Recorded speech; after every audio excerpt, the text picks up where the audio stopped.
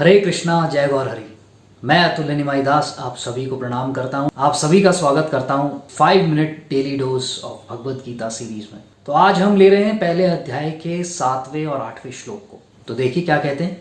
श्लोक संख्या 7 और 8 का अनुवाद इस प्रकार है। किंतु हे ब्राह्मण श्रेष्ठ, आपकी सूचना के लिए मैं अपनी सेना के उन नायकों के विषय में बताना चाहूंगा जो मेरी सेना को संचालित करने में विशेष रूप से निपुण हैं। मेरी सेना में स्वयं आप, भीष्म, कर्ण, कृपाचार्य, अश्वत्थामा, विकर्ण तथा सोमदत्त का पुत्र भूरिश्रवा आदि हैं, जो युद्ध में सदैव विजयी रहे हैं। तो अब क्या हो रहा है कि दुर्योधन ने सामने वाले की तो बड़ी वो कर दी, बड़ाई कि देखो हाँ ये है, वहाँ वो है, ये है वो है, इस तरीके से भीम भी है, अर्जुन भी है, और इनकी बुराई भी कर दी द्रोणाचार्य जी की। क्यों सिखाया, आपको पता था वो आपको मारेगा, फिर भी आपने सब कुछ सिखा दिया। तो फिर उसको रियलाइज हुआ कि यार थोड़ा ज़्यादा हो गया, अब थोड़ी सी बटरिंग भी कर लेते हैं। तो बटरिंग कैसे कर रहे हैं, क्या कह रहे हैं कि ब्राह्मण श्रेष्ठ। अपन को भी जब किसी की थोड़ा सा काम निकलवाना होता है तो क्या बोलते हैं, अरे यार तुम तो बहुत महान हो, अरे यार तुम्हारी तो बात ही अलग है, यार तुम तो क्या व्यक्ति हो, शानदार।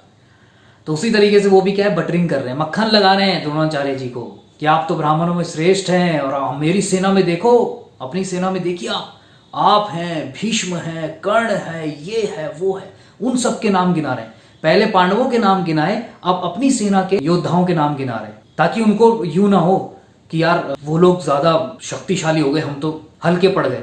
पर एक्चुअली में वो अपने आप को मोटिवेट कर रहा है, और यार वहां तो भीम भी है, वहां तो ये भी है, वहां तो वो भी है, अरे बाप रे मर गए। फिर वो कह रहा है नहीं हमारे कौन कौन है, अच्छा हाँ हाँ हमारे तो ये हैं, हमारे भी ये हैं, हमारे कर्ण हैं, हमारे आप हैं, भीष्म पितामह हैं, जिनको भीष्म पितामह का भी नाम क्यों ले रहे हैं, क्योंकि जानते हैं कि उनको इच्छा मृत्यु है।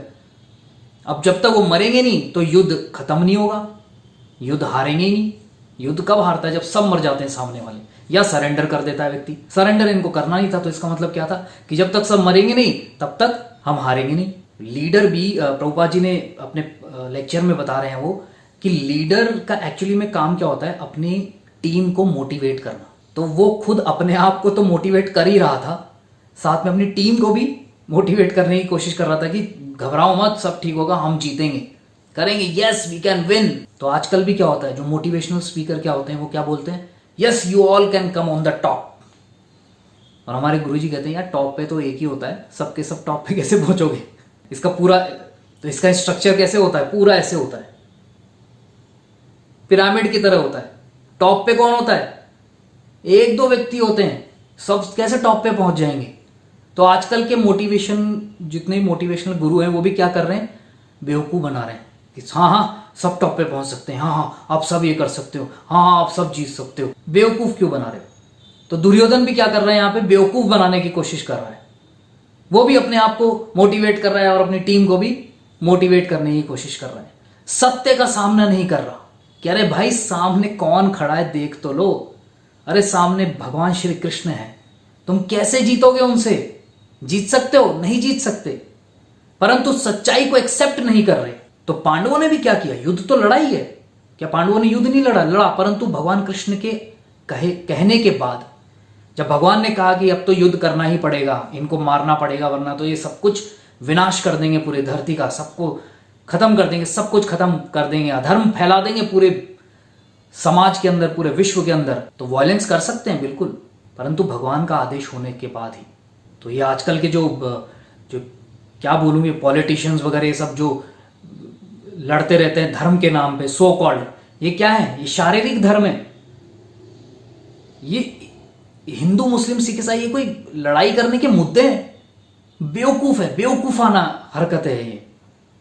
मैं हिंदू, तू मुसलमान, तू ये तू वो, मारो काटो। भगवत गीता कहती है हम आत्मा है। सनातन धर्म को जो प्रॉपर तरीके से फॉलो करता है वो कभी किसी से लड़ ही नहीं सकता, वो किसी को अपना दुश्मन मान ही नहीं सकता, क्योंकि भगवान ने गीता में कहा है अहम बीज प्रदापिता, मैं ही सबको बीज देने वाला पिता हूं। तो मैं भी आत्मा हूं, आप भी आत्मा है, मैं आपसे कैसे लड़ सकता हूं।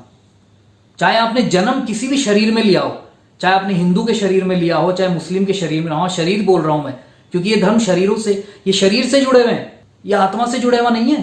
तो यही कह के मैं विराम लेता हूं, कल फिर आएंगे आपके सामने अगले श्लोकों को लेकर। तब तक आप सभी का बहुत बहुत धन्यवाद। और प्लीज़ वीडियोज़ अगर आपको अच्छे लग रहे हैं तो प्लीज़ लाइक कीजिए, शेयर कीजिए, सब्सक्राइब कीजिए यूट्यूब चैनल को, बेल आइकन दबाइए। थैंक यू वेरी मच, बहुत बहुत धन्यवाद। हरे कृष्णा, जय गौर हरि।